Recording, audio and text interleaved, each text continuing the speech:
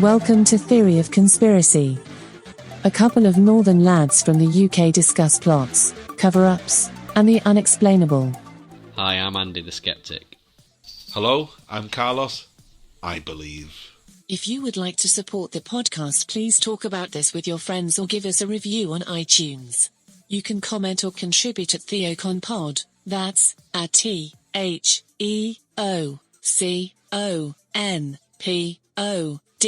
or check the link in the podcast description. Hello Theocons, welcome to Season 2 of Theory of Conspiracy. Andy and Carlos are back. Today is Wednesday the 13th of January 2021. If you're all caught up on previous episodes, you'll have heard us mention that we're having guests on board for Season 2. Well, some of the episodes at least. I keep calling it an interview. It's not really an interview. It's a chat with a guest, but we'll see how we go. Sounds formal, that, doesn't it? Interview. Yeah. There's also the opportunity to be involved in the recordings by joining our Twitch channel, which is recorded every Wednesday evening. So even if you're listening to this way in the future, come and check that out and hear the current podcast recording or one of our general social chats where any topic goes. If you've listened to the end of Season 1 and the bonus episodes, what did you think? Did you like the Carlos show? I think that was bonus episode 2. A little laugh from Carlos there. And if you have, you'll also have heard some examples of the live stream interaction, so you know what to expect. So tonight in the live stream, we've got Mr. Paris, Matthew Dale 147, Commander Kremen. Kate's just jumped on. Hi, Kate. This is the news. We've got an iTunes review, and I said I'd read them all out. So this is from Crimulus08, titled The Parliament of Facebook. 3 stars for the guy doing his research. None for the guy making conspiracy theory lovers look like morons. Facts based on what someone said on Facebook. I love conspiracies, but this guy is laughable. Right, Carlos, that definitely deserves talking about, because when I read that, 3 stars for the guys doing his research sounds like me. But facts based on what someone said on Facebook also says like me if you listen to the COVID episodes, because I'm basically fighting against facts that I was sent on Facebook. So both of those sound like me. I've no idea which one is me. The guy doing the research or the guy making conspiracy theory lovers look like morons. What do you think? Yeah, I don't know. I don't know if it was aimed at me or you or both of us. It's probably aimed at me, really, probably. So I'm probably the well-researched one. Yeah, definitely well-researched one, me. But I read it. So I'm the one making people look like idiots. Yeah, that's yeah. Because I don't communicate much on people with on Facebook, so I don't know. But I think it's probably aimed at me, because he loves conspiracies, so he's probably talking about the way I talk about the conspiracies. But that's it. He loves conspiracies, but I like to diss him. I'm not sure. I'd love Crimulus. He's probably not listening with a 3-star rating. But what about the chat room? Who's who? Is Andy the guy doing his research, or is it Carlos? Well, the thing, all my research is done through years of reading from the age of since I was a kid. So all this research to me is like everything I know. It's not something I've read on the back of a Kellogg's box. It's all books I've read, documentaries, myths passed down from father to son, kind of thing. So everything I know is read or researched or watched on TV. But anyway, regardless, 3 stars, 1 star, no star, 5 stars. Yeah, love it. It's got us talking, hasn't it? Hi, Bobby. Bobby's joined us on the chat room. Hi, Bobby. Okay, so Facebook post. There is a Facebook post that we need to talk about. Sharon left us a comment on our competition post saying, just listen to the last COVID podcast. From an NHS worker, I'd actually like to slap Carlos across the face. I told her that I'd said I'd make sure that you get it. Unfortunately, we can't meet face to face, so she's put, good, give him a good shake. The doctors that have worked through COVID are heroes, and some have lost their lives. They should be respected, not accused of such ludicrous actions as putting someone on a ventilator to hit targets. Rant over. The answer to that is I never question people's work ethic. I was questioning the behind the scenes, sometimes target driven. Obviously, we're not going to talk about COVID tonight, but that's what I was talking Yeah, about. we don't want to get into it, but it definitely, when I kept saying to you, and I can't imagine most of it was on the editing room floor with me saying, Carlos, people are not putting people on ventilators to hit targets. I must have said it 100 times.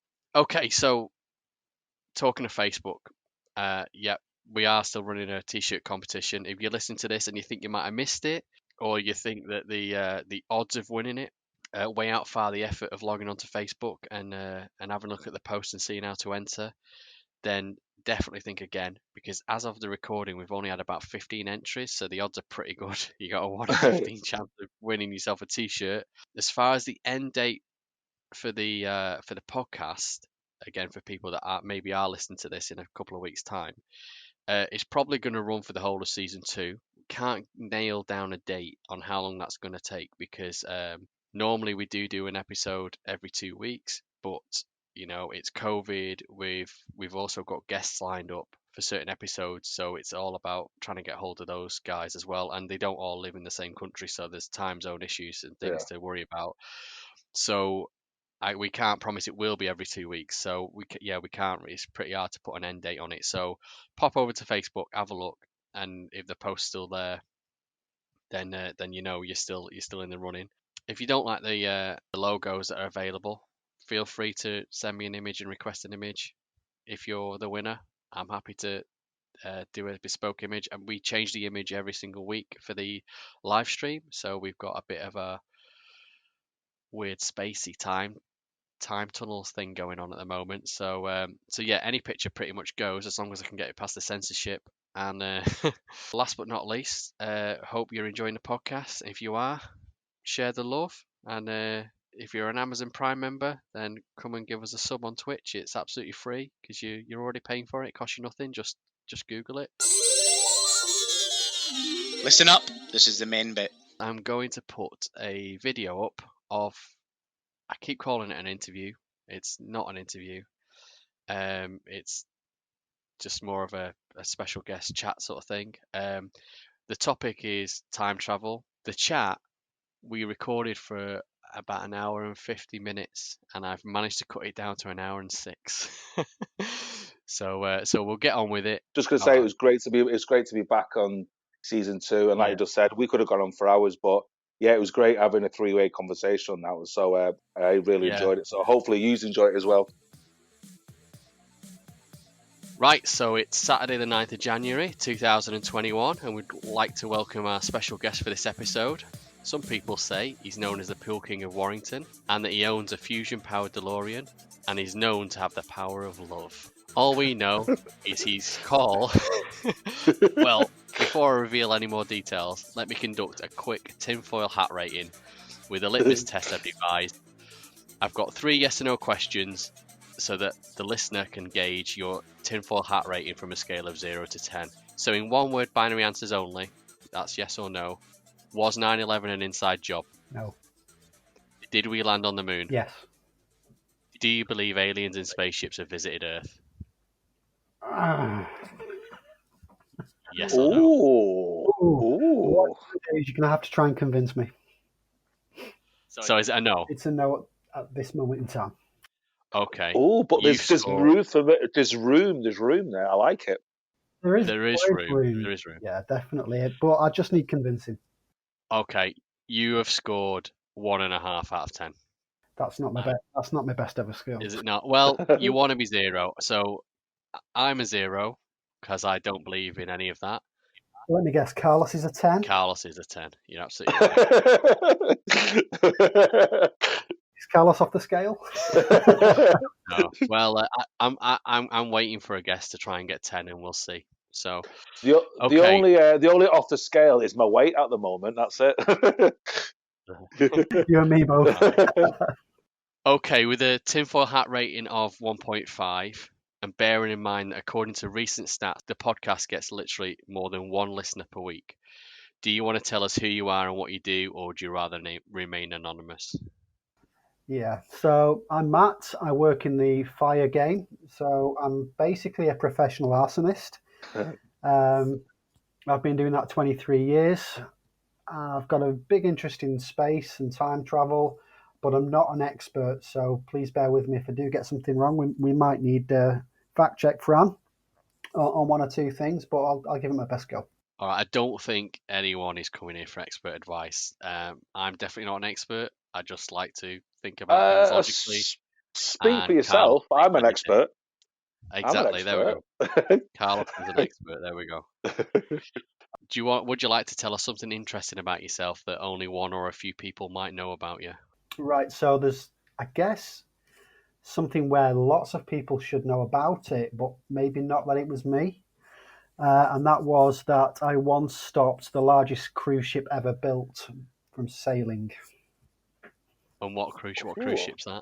I like that. It I was the like that. Queen Mary 2. The Queen The Mary Queen 2. Mary 2. And what did you do? Stand in front of it waving a flag? I used my mental powers and prevented it from moving. No. Basically, in my line of work, a product on board wasn't safe. And due to me being filmed at the time by the BBC and making the 6 o'clock news, I proved to the world that the product was very unsafe, and therefore the ship was stopped and stuck in port. Okay. What until they refixed whatever it Uh, was it? Until we spent about 30 million quid getting the issue resolved. And I bet that was £30 million worth of stickers to stick on whatever appliance it was to stop to say this is a fire risk. Well, if you take a long story short, it wasn't really a fire risk because it was the bathroom shower unit that was made from the wrong material. Right. But if you think about it, if there's a fire in the shower, you turn the shower on, so it's not a major concern. Can I ask you a question there, Matt? Because that's quite interesting. Obviously, I didn't know that, hence why you've said it. But were you under a lot of pressure to sort of oversee that and just like turn the blind eye to it, or were people going, "Well done, Matt. I'm glad you spotted that," or were people says, "Do you really?" Or were people putting pressure on you to sort of oversee it, basically, and turn the blind eye? No, not at all. Basically, there was a company who was um, in place producing products to go on the Queen Mary. And, it was quite a long story, but to cut it short, the guy who had the contract was taken off the job and the job was given to somebody else who had basically was either using the wrong materials to produce the product, which were not fire retardant, or had forged a certificate to get their product on board ship.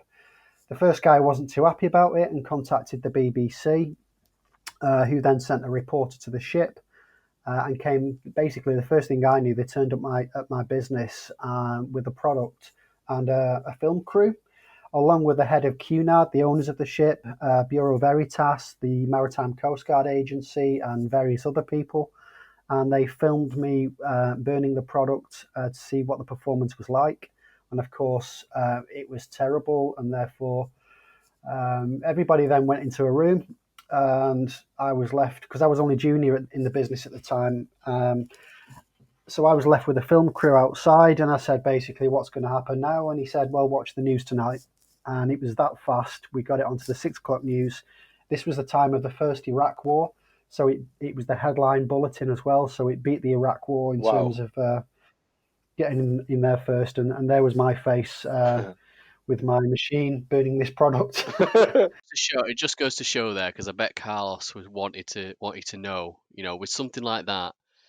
And whenever something like that happens in the news or whenever we talk about it on our conspiracy theories, one of Carlos's is, and Nick as well, it's like, well, you imagine the pressure that guy's under there to say yes and just put it through because of how many millions are riding on it. Yeah, that didn't even factor into it. It was just, something came along, you would have to do a quick job. Obviously they obviously bumped up your list, didn't they? You turned up and said, "Can you do this today?" You went, "Yeah, sure you can." You did your job. You went, "Here's the rating." They took the results away and they went, "Well, based on them results, it's not safe. So end off. You're grounded till you fix it." I don't think everything's a conspiracy, Andy. I don't think there is things that just have it's just a day job kind of thing. And Matt did a fantastic day job because potentially probably saved thousands of people's lives. So no, that's not everything. I think is seen as a conspiracy theory. time travel. We're going to talk about time travel in a second because it sounds a fun episode, and it just so happens that Matt, you grabbed that one, and for the listeners, yeah, Matt is actually my brother, and I'm pretty sure I might have mentioned him when we were discussing 9/11, but I can't remember if it made the cut on the podcast or not. But I mean, I'm always trying to use you as evidence when I talk to Nick about the Twin Tower fires. But let's park it and come back to it. And Just one point on that: you don't need to use me as evidence. You need to use the evidence as evidence. well, I've tried that, but they won't believe that. So Well, I can explain exactly what happened, and that's my game. But I still think Nick won't believe that because he just can't get his head around. He thinks he's on the side of real world physics, and I know we're digressing. He thinks he's got his head around real world physics, and that the towers should have fell over at a 90-degree angle sideways because he's not really got his head around real world physics. But you can't tell him that because he thinks he has. So it doesn't. So I've often mentioned you, Matt, because I've gone, look, my brother works with fire. My brother's bent steel with fire in office temperatures and blah blah blah. That's what I do. That's exactly. My but he won't believe me, and he won't believe you when you tell him that either. He just goes, yeah, but the Twin Towers had to be something else. Anyway. Let's pick that back up. Let's talk about some time travel. So let's start off with a fun one. I sent you guys some pictures, and we are going to share these with the guys on live stream that are listening to this interview go out. And for podcast listeners, we're going to put these onto all our social media channels, and they're going to be on the YouTube version and the live stream version of this podcast if you want to check that out and actually see these. But what I'll do is I will describe the images as best I can. Okay, so picture number one is a picture of someone in a black top hat, and in their left hand they're holding up something to their ear as if they're talking on a mobile phone. This is actually a photograph of a frame captured when they were recording Charlie Chaplin's 1928 film, The Circus. It was a silent film back in them days. We didn't have audio. And it looks like a lady dressed all in black, wearing a hat and walking around the set talking on a mobile phone. Is that evidence of a time traveler? No. No, it's an interesting debate. It's an interesting picture, and it's an interesting conversation. But this is one of about 100 I've seen, though. This is just one example. So there's loads of these. You must have seen these, Carlos. There's loads of these. Yeah, I've seen these before, Andy. And for me, somebody's put the hand up to scratch the hair underneath the hat, and the hand is in the position where you would nowadays hold a phone. But this was a film. This wasn't. On this one, in the actual film, you actually see them walking for a few seconds with the hand in a static position. Like that. You don't see them lift the hand down or up. They just walk. They're walking around with the hand up like that against the face. There's been suggestions it could have been some kind of I can't remember what I don't know I can't remember. Charlie Chaplin was at the 20s and 30s. Charlie Chaplin, or even probably earlier than that. 1928. This was. Would handheld radios exist then? Small radios. I know Edison was. So the only thing I can think of is some kind of. It could have been some kind of hearing aid. I don't know. I'm just guessing. It's an like interesting those debate. Horn things they used to have. Those little horn. They used to have. It's like a horn, wasn't it? That they put. Yes, in there's little. It could have been something like a hearing aid, but it's the because it looks like if you transported that picture and put it down Market Street, you would say that woman is on her mobile phone 100%. Because obviously we're going back 100 years ago. We can't say that, and that's why it's an interesting debate because the features, the way the lady's standing, the way she's walking, the way she's holding the device, it looks like she's holding a mobile phone. Because it looks the way we would hold a mobile phone, and that's why it's given it some kind of credence. Would they have earphones back in those days? So listening to the recording?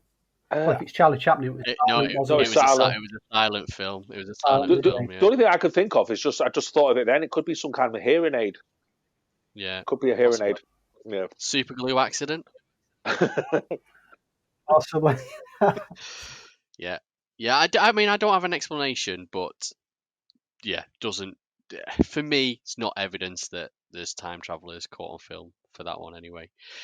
The next image is in Salamanca in Spain. There's a cathedral covered in sculptures, all carved into the sides and into the pillars. Yes. And the image you've got there, without a doubt, does look like a modern day spaceman, astronaut, Yes. suit, helmet, and everything. So the cathedral was constructed in 1513. Okay. For me on that one, that could be explained by a diver suit. Yeah, Typically, they went over the head and the shoulders and down the body, and there was normally a large pipe which supplied air to them. yeah, and that is a And pretty big pipe in it that's coming up into yeah, like his midriff. But when was this Is created? You said 500 years ago. the cathedral construction was I don't know when it was completed, but its construction started in 1513 maybe. I'm not sure of that date. It could have been it was probably the start of construction rather than the end. I reckon it's been added to over the years. What's your gut on that, Carlos? What do you think about that? The pack on the front of the sort of, let's call it an astronaut. It looks like an astronaut to me.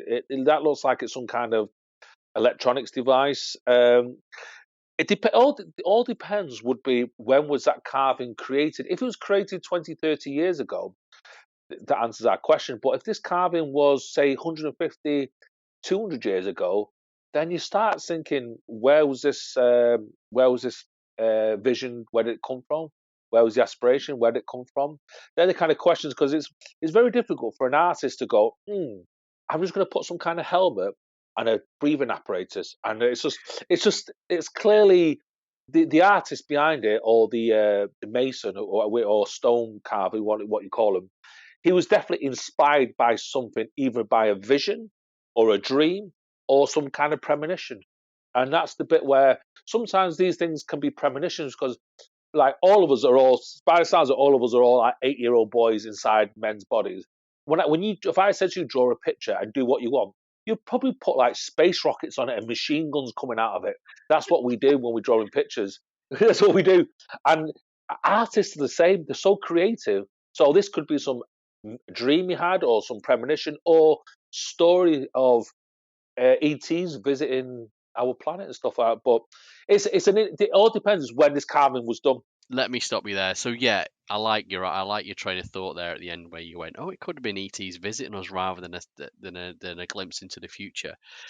There's a little bit more information that was holding back on this picture. Okay. So a lot of people do ban this photo around, apparently, that it's proof that time travelers made their way back to that time and started carving. Why they would do that, I'm not sure. However, the truth is that it is an astronaut, uh, is a modern addition to the artwork, and it was carried out by, you might like this, it was carried out by a guy called Geronimo Garcia. Oh, Oh, Geronimo Garcia de Quintones, that explains everything. and it was that's it. I told you. it was during the renovations done in 1992. So yeah, you know, Oh, it was definitely after the 60s and stuff. And also looking at that, the weathering on it, if that Yeah. was done in the 15 1600s even, the weathering on it, it's too clear. So yeah, yeah. it's been proven to be a fake one, that one. Just to add my thoughts to that, I know the diving suit was invented in 1710, that kind of era. So Yeah, is it the one yeah, where they used to float down, used to put like copper on their Yeah, feet, and they used to drop down to the bottom and stuff like that? yeah. There's like, I think I've seen pictures of it where they just literally, it was like a visor on the face, and they just locked the visor down. I also sent a picture of a time traveling celebrity. Yes. Is In that fact, Richard Fallon or something? Or Jimmy Fallon? it's Jimmy Fallon. Yeah, it's Okay, Jimmy yeah, that's it. Fallon. On the right, and on the left, it's time traveler Jimmy Fallon, who's gone back to. Apparently, the photograph is from 1946. Okay. So, and it looks. I mean, there's definitely a resemblance there for sure. But actually, the photograph is a known photograph, and it's actually of a guy called Mir, who was a Marxist Leninist revolutionary leader. And he was born in 1946 and died in 1972. So, I mean, and it's not that far to go back, but obviously it was far enough that it was like black and white picture. It looks like Second World War time era. And I was saying that this one's also on the internet, saying that this is the same guy. Is this one of the rumors? Yeah, basically that's what they're saying. I mean, this is just one example. Carlos, you shared on social media ages ago, like I Yeah, think was it about 15, 20 pictures. Yeah, I got Barack Obama. There was Kanye West. There was Jay-Z, Eddie Murphy. Loads of, and literally all the famous people you can think of. The one thing I do know, and this is scientifically, they say on this planet now, there's three people that look like Andy himself. So Andy himself, and there could be someone in the Amazon rainforest, and then someone in deep Africa. And, excuse me. And the same applies to me, and the same applies to you, Matt, as well. So I can imagine that, because there's only so many shapes and sizes we can create of ourselves. So there will be, because I better say, I could show you a picture of my grandfather, and when I seen it, I thought, that's me. That's me. But it's not. It's my grandfather, and it could be used as me as a try. It's basically me. The way it, and my dad says, "Wow." unless you were yet to time travel, go back into time and live to an old man and get your photograph taken, so that you can now That's see it as a younger man. that's the clever thing. So I know we're talking about time travel, but mathematically, time travel is possible. It's the thing is, we as of yet want to say, yeah, the way you and I and Andy and all that talk, we can't think about it, but I think the facilities are there to time travel at the moment. Let's come back to the mathematics. One last picture, Yes, and I've not got it in front of me, but I did send it to you. So one last picture is the Egyptian hieroglyphics, yes. Looks like a where it looks like helicopter and all that kind of stuff. helicopter, UFO, and stuff. Yeah, that's one I can't explain. They do look like futuristic craft, don't they? Yeah, One looks like a posh speedboat, and there is a resemblance to a helicopter, an airship maybe, or a flying saucer. There's a couple of things you can. This doesn't explain time travel. This all says to me, there's a couple of things. It could mean, yeah, time travel. The other thing, which I think the more logical one, is we're not discovering technology. We are just reinventing technology. So I read books where the ancient Egyptians were doing heart transplant, brain transplant, 4,000 or 5,000 years ago, and they had all this wealth of knowledge written down in the Library of Alexandria. And when the Romans sacked Alexander, they literally destroyed all their proprietors' knowledge, and literally wiping out anything between 95, 96, 97% of the world's knowledge, sending us back 5, 10,000 years. Go I on, like that sorry. train of thought. I do like that train of thought. You're absolutely right. Again, you could even say maybe they were told by visitors from outer space. I like that. Doesn't have to mean it's time travel. You're absolutely right, Carlos. I do actually know something about this photo. Proper scientists and people that look into hieroglyphs and whatever they're called, archaeologists, have actually worked out that when I mean Egypt has been invaded a couple of times, not just Romans but other villages and stuff. I can't remember what the tribes are called, but the tribes that invaded and ended up taking power of Egypt actually ended up building their own pyramids down in Africa or wherever it was from. I cannot remember what they were called. But what they used to do is they would deface hieroglyphics and statues and stuff and put their own stuff on. And archaeologists have looked at this, and they can actually work out that it's um, all the hieroglyphics have been put in over the top of it, and as they've eroded back, you've sort of got two images superimposing and overlapping. And they've even broken down those shapes to say, oh, actually, this is that symbol, and then this is this other symbol that, and we know both of these symbols are both in the alphabet, and they overlap each other, and they've made that shape. And it's just a straight. It's interesting how there's one or two there though in close proximity to each other. I mean, it is, isn't That it? It is. But if you If you It get a depends on load of which Scrabble, story you if you believe. get a load of if you get a load of Scrabble tiles, if you get 2,000 Scrabble tiles and you throw them all up in the air, you're going to get some weird words, aren't you? Who's done a word search and then you finished it? Not a word search. Yeah, sorry, Crossword. no, a word search. Who's done a word search and on the back of a kid's menu and you finish finding carrot and burger and pizza and you just start looking for rude words and you go, oh look, someone's just done that. There's a rude word there. You know, it and you can make things out of weird out of shapes, can't you? No, I agree, because that would be like a sort of like a scientist point of view. But the one thing, like, I do know for a fact, and I've read a lot of Graham Hancock's literature, is like the Egyptians were more advanced than we give them credit for. So I think a lot of this technology could have been, they've invented this technology because we're under the impression they built the pyramids with copper chisels and chicken bones and just manpower, and obviously a rolling wheel. It's a little. I don't. I think I read some stat where if we did that today, it would cost. It would take 2,000 men between 10 to 15 years at a cost of something like £10 billion to do that, and it just shows that they must have had a little bit more technology than what we're giving them credit for, or that we've yet to find. Cool. All right, let's get more serious. You sent us a couple of stories, didn't you, Carlos? Of Yeah, evidence of time person. travelers. Yeah, Yeah, this is you this is think crucial evidence. crucial evidence. So, but you're a backer of these stories, aren't you? Oh, You think that I, the answer is time I, travel, yeah? I believe in time travel. I believe in time travel. Just to clarify, just obviously, I'll keep it short, sweet, and concise. There's a famous story about William Cantello from our part of the world, from down Southampton. He was an engineer, a prolific inventor. He had also had two sons who were engineers, and he was also, I think he got himself into a bit of a debate or a legal battle with a guy called Thomas Edison, because William Cantello said he invented the light bulb, but obviously Thomas Edison's got the credit, but actually he didn't invent it. He actually bought it off someone else, the patent. Well, that's just to show us who William Cantello was. It was a prolific inventor. And then he came up with this idea with a rapid machine gun. It wasn't called a machine gun, but today we call it a machine gun.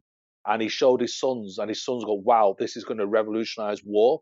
And there's one thing we know for sure is war makes money, because when you're not buying one unit, you're probably buying thousands or hundreds of thousands of units across the world or across the country. And so he came across this invention, the machine gun. It wasn't called a machine gun, but it was a rapid fire machine.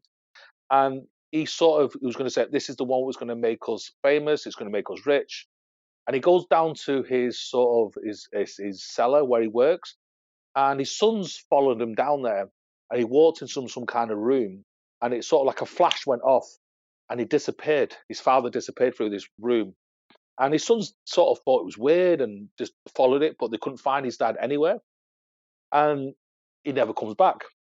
And William Cantello disappears. And then much later, there's a gentleman called Maxim Harim, who's the guy behind the Maxim machine gun. He comes up with practically the same design as William Cantello did.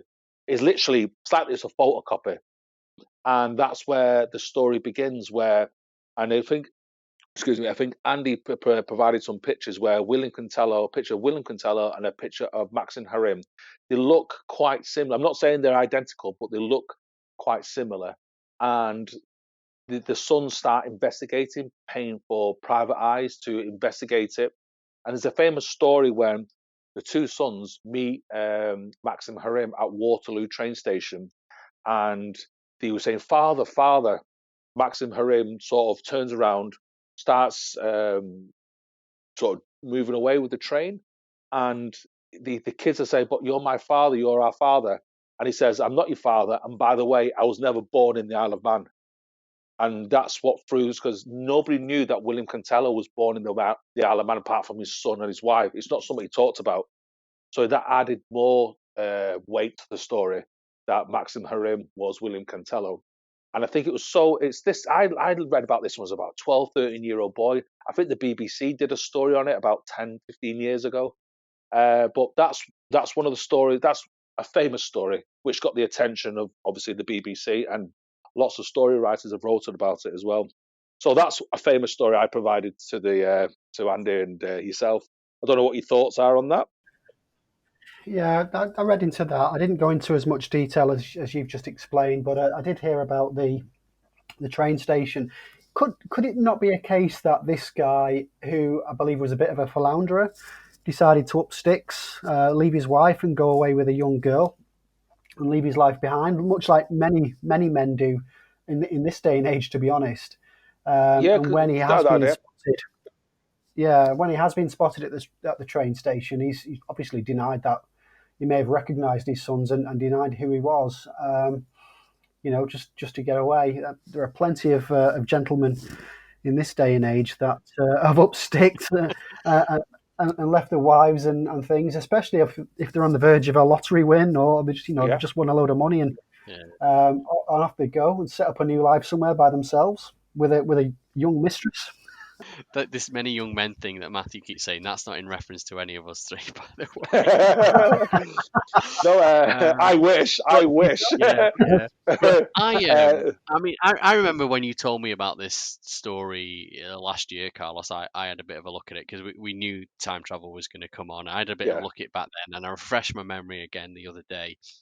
And the accounts that I read, there wasn't actually any sort of discussion on the train station. They ran to the train station, but the train was pulling away. There was no sort of Yeah, discussion there's a and time train. to do There was a that. train that was pulling away, but there's another account where the sons say, as he was pulling away, "Leave me alone," and I wasn't born in the Isle of Man, and that's Yeah, another doc. you Because don't know how much gets added to it over the years, do you? exactly. Uh, That's there's but one thing, which is one piece of evidence, and this doesn't implied time travel, but it adds sort of weight to the story. His William Cantello's bank account was still active after he was dead. Yes, you could say it could have been his mistress, it could have been his wife, well, it could we have been don't his know when sons.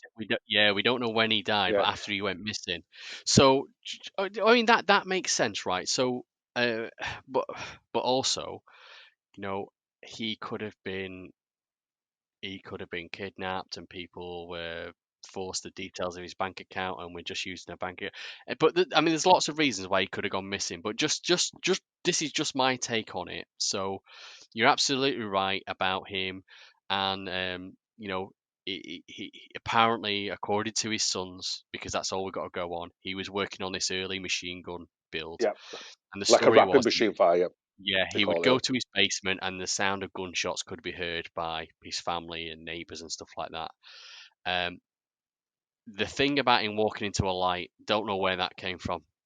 First time I've heard that, but again, the version I've got is when I was looking is that he left his house one day and never returned. So like, I'm going off to sell this machine gun. We're gonna be famous, kids. When I come back, he packed a bag, traveling bag or whatever, and that was it. He was never seen again. So, yeah, I mean, they don't know when he actually went missing because obviously going back to the 1880s, which is when this was, it's very difficult to have paper records and travel records and all that sort of stuff and have access to it other than maybe bank records maybe kept back in the day. So yeah, he might have been living off his bank or clearing it out, or he'd met someone, or yeah, just exactly as our Matt said.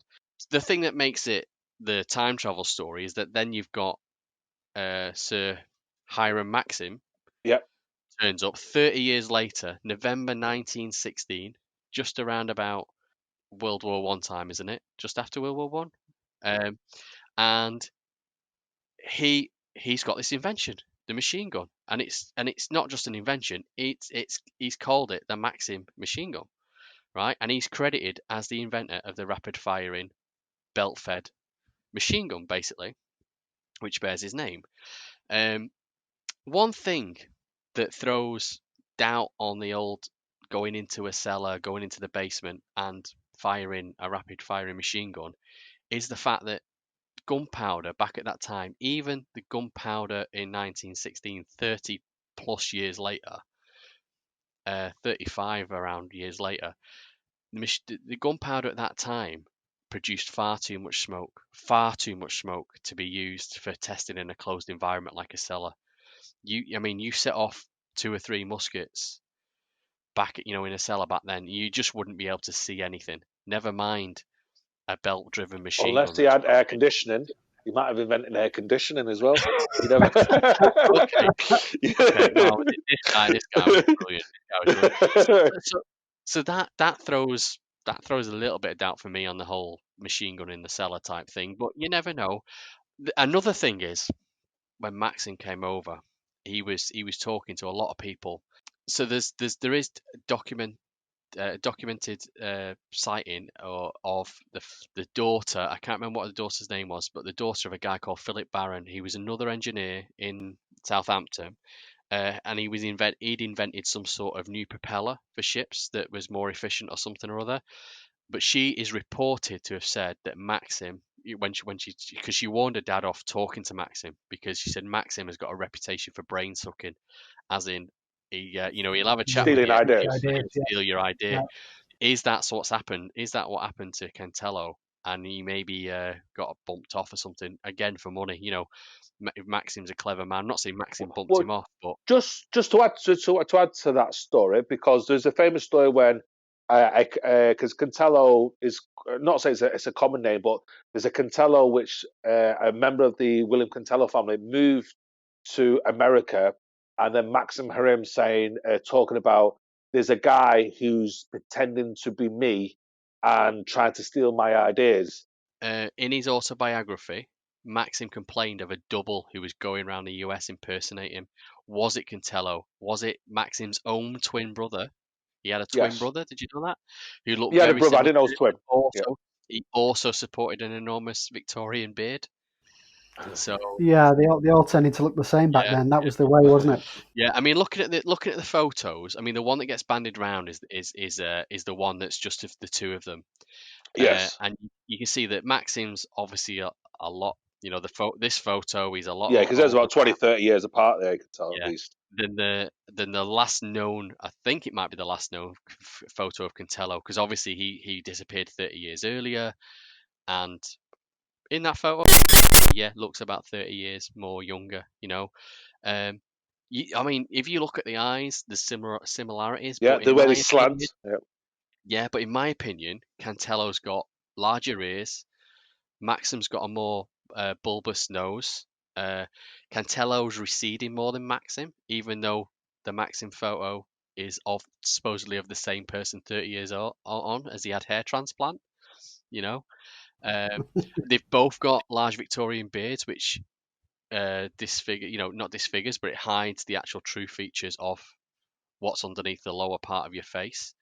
I did a Google search on both the guys, and I managed. So on the where you've got the 4 of them, it's Maxim on the left, old guy, young guy, and then you've got Cantello on the right, the last known picture, and a younger picture of Cantello, even though it's a clearer image.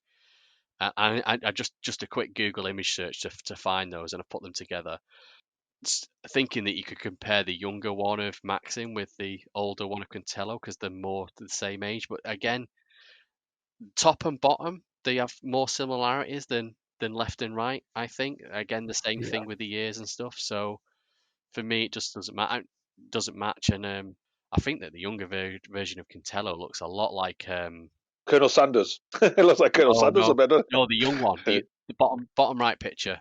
Colin Farrell. Yeah. Yeah. Do you not think it looks like Colin Farrell? That Yeah, a little bit. Yeah.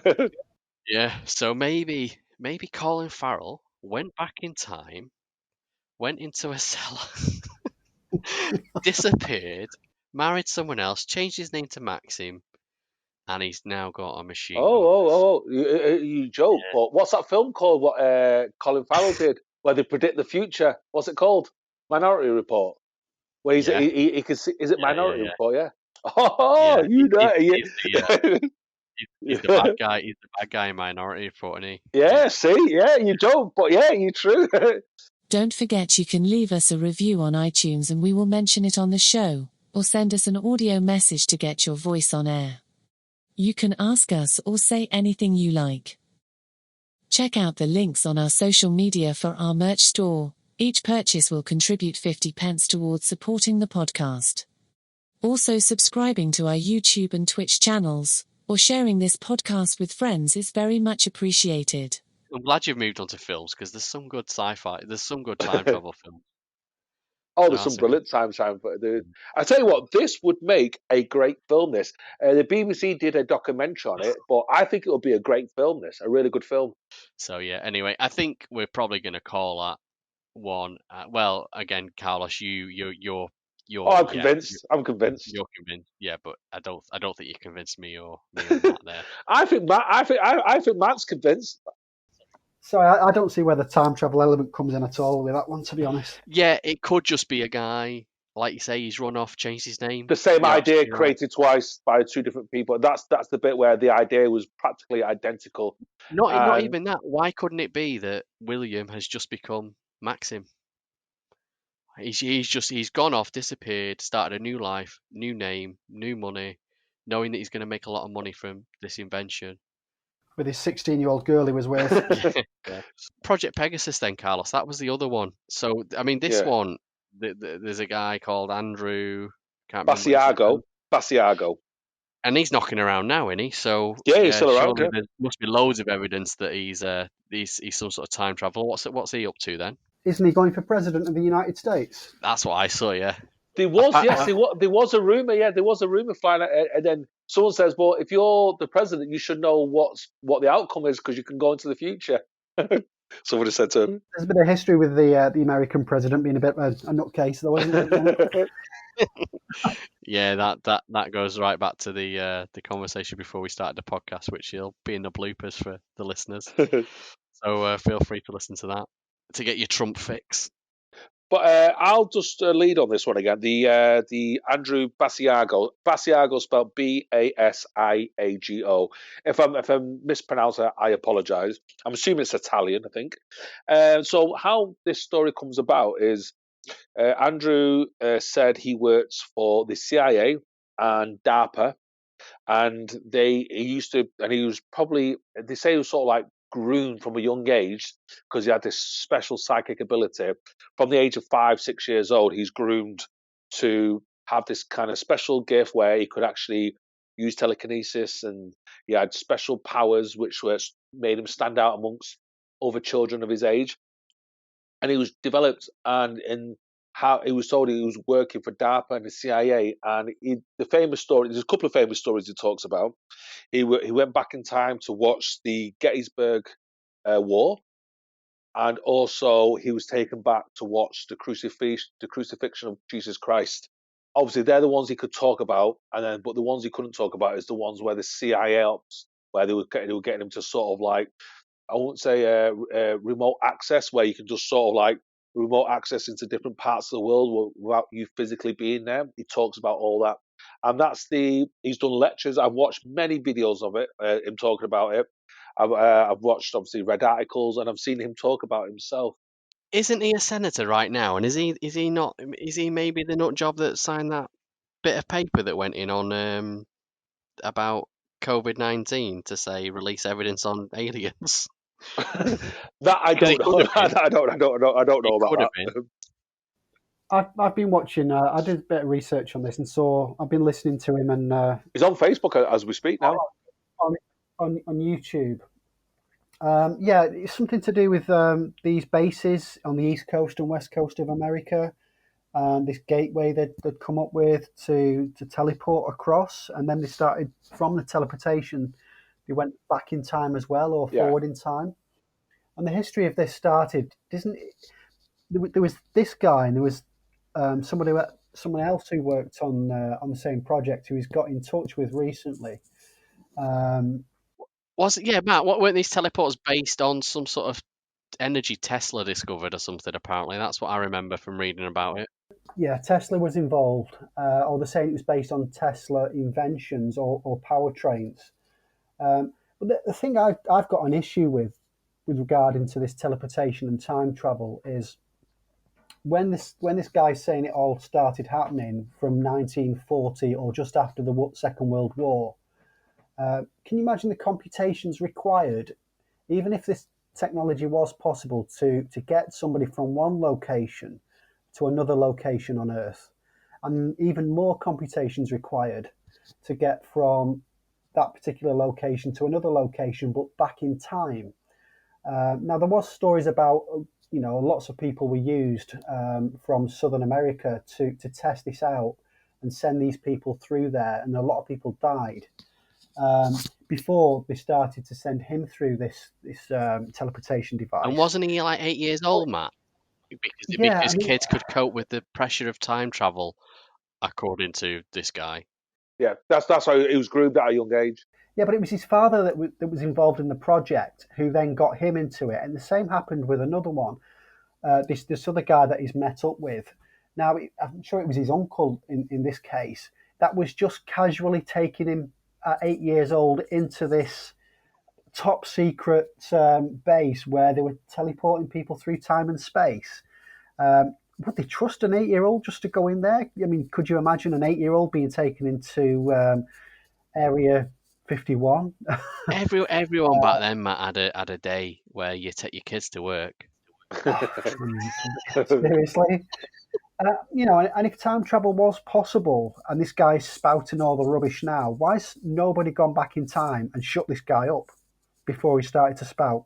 Yeah, you're absolutely right. Surely the CIA don't want this guy. If this is true, the CIA don't want this guy, given the amount of detail he has online about the projects that they were running.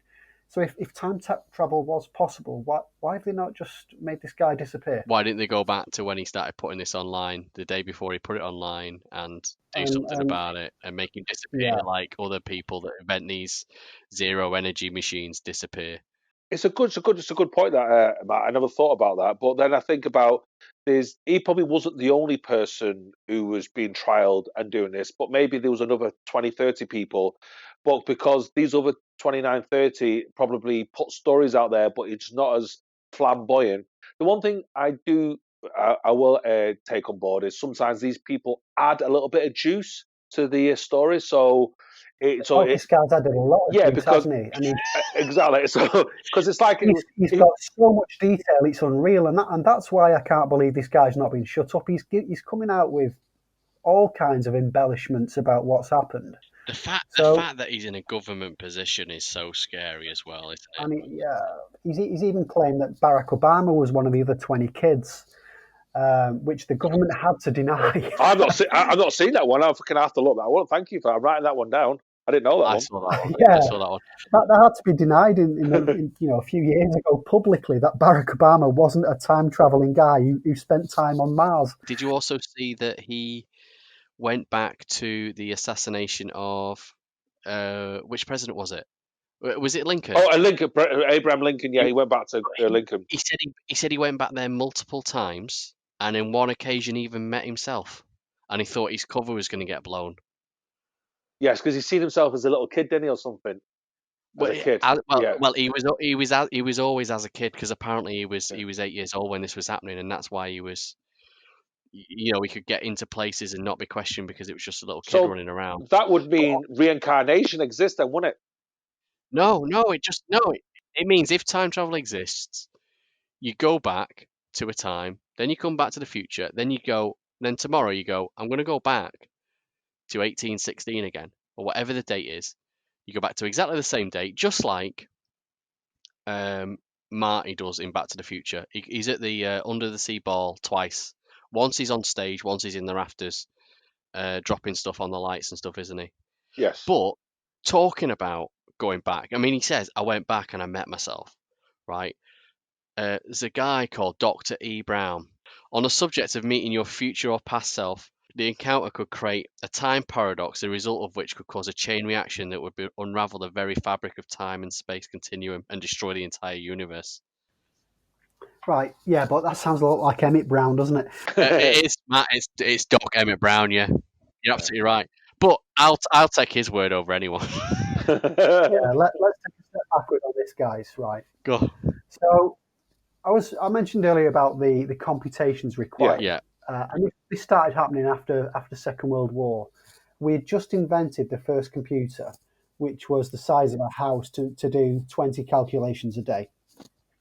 How many calculations would you need to do in 1950, 1955, and how would they do that in order to get the computations right in order to move somebody through space and time? And consider this, right? I want to go back in time by 1 hour, but I want to stay in the same building that the time machine is in. Even if the time travel was possible, the building would not be there once I'd arrived. It would be approximately 56,000 miles away, the speed that the Earth goes around the Sun. And that isn't even taking into account that the Sun's travelling around the Milky Way at 500,000 miles an hour, Yeah. and how fast the Milky Way itself is moving. How did they do that with no computers? It's a good question. I've got an answer for that because I've thought about that, and a while back is You've solved the maths, Carlos, have you? I've done the mathematical equations here. No, okay. We could give Jesus Christ we could say if we give Jesus Christ and his apostles a motorbike with a full engine, full tank of petrol, and the keys, and leave it there with him, they would know.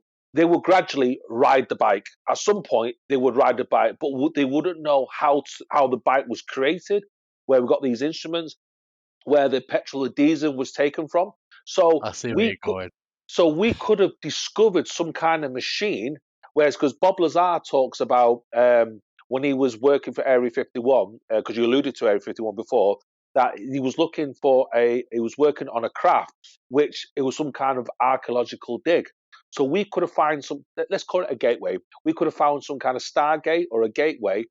We know what it does, but we just don't know how it was created or how it came to be in there. So that's the analogy I'd probably give on that one. Right, so they've just found this gateway, and they made another one halfway across the world. Oh, there could be different gateways around the world. Where there's rumors, as it were, all these gateways in Iraq, these gateways conveniently near air bases or military bases in America. Or maybe that's where they built the air bases near these stargates. Because if you look at it, all these historically, all our UFO sightings, when I say the ones like hundreds of thousands which are documented every year, they're always near air bases. They're always near. So maybe it could be some kind of portal or some kind of energy point which is attracting people. I'm not saying that's the answer, but it would add validity to the point where we give Jesus Christ, or if we give Christopher Columbus a submarine, he'd probably go in it and he probably might start the engine, but he wouldn't know how it was created. Yeah. Or if you give someone an iPhone 30 years ago, 100 years ago, you don't have to go that far back with technology, and it's like, oh, I don't understand that. 3 old kids can use an iPhone. Yes, 3 old kids can use an iPhone, can't they? But they don't know how to make one. So the thing is, the answer to your question is probably not something we created. We've probably stumbled across it. We found one. Okay. Yeah. What about all the guys on Mars? Apparently, there are 3 types of alien on Mars that he's met. What do you know the brands or the makes of them, or what species, if you want to call it? Is it Mari? Okay. Sorry, I didn't write these down. Did you say Maui? That's Mari. Is that the same name as the cigar shaped what come into our solar system about 3 years ago and come out? Maui. No, it's Mari as in Mars. Okay. There's one called Testra Mari or something like that. And there's another one that when you land, you've got to be careful because they might eat you. So yeah, he was basically saying that one of them is descendants of Earth.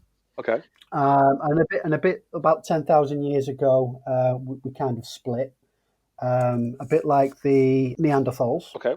And they're on Mars, and now they're similar to us. They're the humanoid. There's another one which you've got to be careful around because it's like reptilians walking in, like reptilians. A cat walking. You didn't say that. No, they said they're all humanoid. Okay. But they're carnivorous. It's a bit like a cat would walk in front of a dog. You've got to be very careful and keep your eyes behind you, otherwise you might get eaten. Okay. And there was other monsters on Mars that would eat you. But all of these places, or all of these people, this million people, he said, are all underground, so we can't see them with our satellites. Makes total sense to me. It's just this guy is, for me, is a lunatic who's got some power. Crazy man. I think we can definitely call this one. Yeah, I believe it is true. It's true, definitely true. I think 100%. 100%, Matt. Yeah, you in agreement with me? It's 100% bollocks. Is the guy a lunatic? Probably. I don't know him, but do I believe the story behind it? Yes, I believe the story behind it. One last thought: why do these time traveling machines all have to look like a Japanese Tory? And that's how this guy describes it. And did you know what a Japanese Tory is? No, I don't want What's to know. what's a Japanese story? What is it? You know, when you go to see a Japanese temple, Yes. Yeah. it's the archway that you see at the gate. So it's like a right, okay. cross piece with the two legs, Right. or curved arches that go in. And the way this guy describes it is just off like a film set. Right. And apparently, now this is another thing. This thing is plugged in like it's plugged in with a normal laptop plug. That's all it needed. A 2-pin US plug. A 2-pin US Oh. plug is all that plugs this into the power source. Before we end on a high, I was going to discuss The Simpsons, but quickly just back on maths. Oh, I've got one last bit. Go on, You Matt. got Go one on, sorry. Well, time itself doesn't run at the same speed, does it? It's frame specific. So if I'm traveling on an airplane, I'm actually on a land. I'm actually younger than you are. If you know what I mean. If you didn't, it's speed and gravity specific, isn't it? So the It's people impact- on the people on the International Space Station are technically 2 seconds in the future because of the speed. They travel at 16,000 miles an hour. No, They're 2 seconds into the they're future. behind. No, they're behind. They're just aging less than us. So they're aging. Sorry, 2 seconds less than us. Aging 2 seconds less than us. That's what I meant to say. So depending on the speed that we're going around the world, around the sun and everything else, time is one thing for us. But it's not possible to say, well, what's happening now on Alpha Centauri, because their time is different to our time. But again, that's a trick of speed, though, isn't it? No, it is. We've tested that. Back when I was about 16, I watched Carl not the Sagan, Open probably. University. No, the thing they have on at Christmas, the Royal Institution Christmas lectures. Oh, okay. They actually proved it on there. They had 2 atomic clocks, and they timed them and stopped them at the right time. They don't stop at the same time, but you can see the difference between the 2 clocks. And then they sent one around the world on a plane, and they kept one in the office, and they brought the other one back, and it was like God knows how many milliseconds behind. So it is, by traveling fast, it is possible not to age, and therefore you can travel into the future once you come back to where you started from. Again, because that's frame specific. If you don't come back to where you started, then you don't actually get that time travel element. And also, the speeds you would have to reach to make any sort of difference, and then there's no way to try and travel backwards. It's a trick of speed. Let's end on a high anyway. Let's go. So, Simpsons get a lot of credit for predicting the future, don't they? That's the famous one. Is they did the Donald Trump, didn't they? They did the Twin that was Towers. First example, Donald Trump presidency was predicted in season 11. Back to the Future was the episode where Disney buys 20th Century Fox.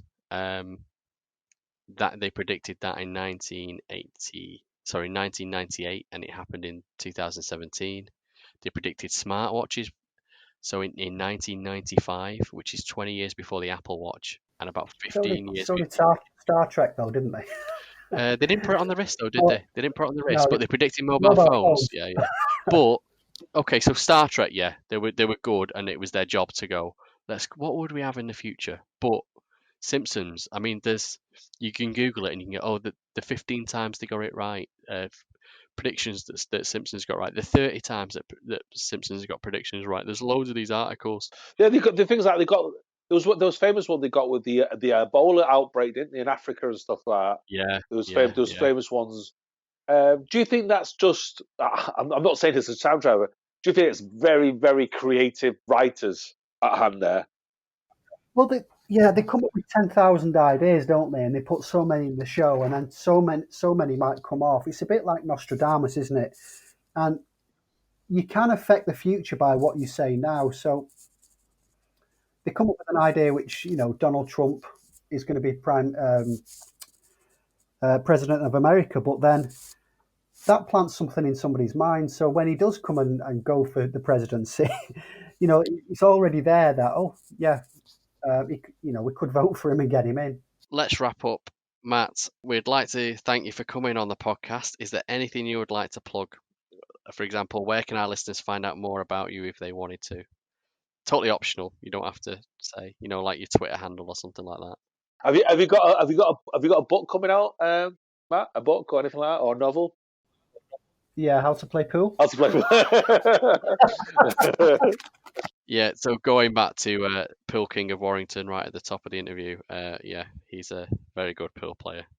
Last but not least, is there one single fact or theory from any of our previous episodes, assuming you've listened to any of them, that you'd want to set either myself, Carlos, or Nick straight on? Yeah, definitely. Well, Okay, this is your 2-minute section. You can say what you want, and we're just going to shut up and we'll Yep. end the interview there. But go for it, Matt. okay, well, let's talk about the Twin Towers, the good old battleground that you guys had some time ago. Well, it just so happens that Andrew, your brother, works in this line of business and is one of the key people in keeping the world safe when it comes to high-rise buildings. So basically, the Twin Towers collapsed. Now, if you consider a high-rise building and how they're constructed, this one in particular, which was constructed with a skeleton, which ran through the centre of the building where all the elevator shafts were, and then the outside of the building was kind of bolted onto that. So the way a high-rise building and the construction is protected is utilising a fire intumescent paint. So all of the metalwork that holds that building together has this coating on there.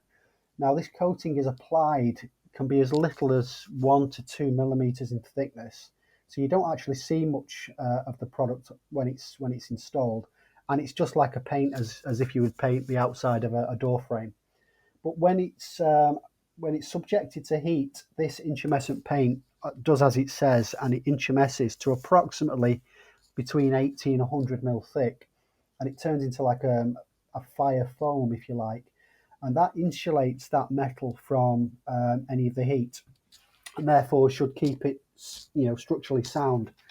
Now, unfortunately, they're not designed to take the impact of an aircraft full of 30,000 kilograms of fuel, and they're not designed normally for hydrocarbon fuel attack. They're normally a different type, which goes up to about 1,000 degrees when they're fire tested.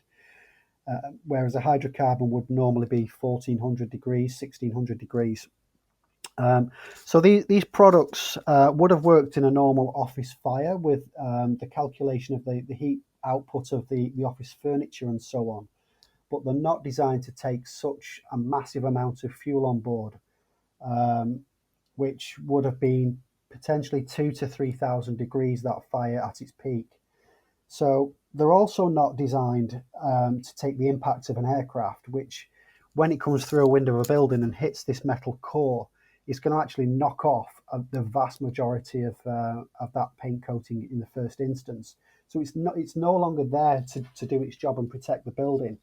Combine that with the twice the amount of heat it's designed to take, you are going to get softening of that metal structure, that steel core, fairly rapidly, and it's going to overcome its natural strength. We do tests at our laboratory where we measure the strength of the steel with this coating on, and you can see quite clearly when we do the test runs without the coating that the metal bends, and that bends at up to 1,000, 1,200 degrees, even though it doesn't become really molten. So this plane's hit the building. You've got a massive fire. You've got half of the paint missing from the girders and the steel structure, and it's softened and it's collapsed from the inside because that's where the structure of the building was. It was all built around the core. So as soon as that core melts, then the 50,000 tons above that's putting pressure down on this steel work, it's just going to go down and go down in the way it did, like a cake. And the weight of the 50,000 tons is going to take out each and every row below it as it falls and as it gathers momentum and as it gathers more weight.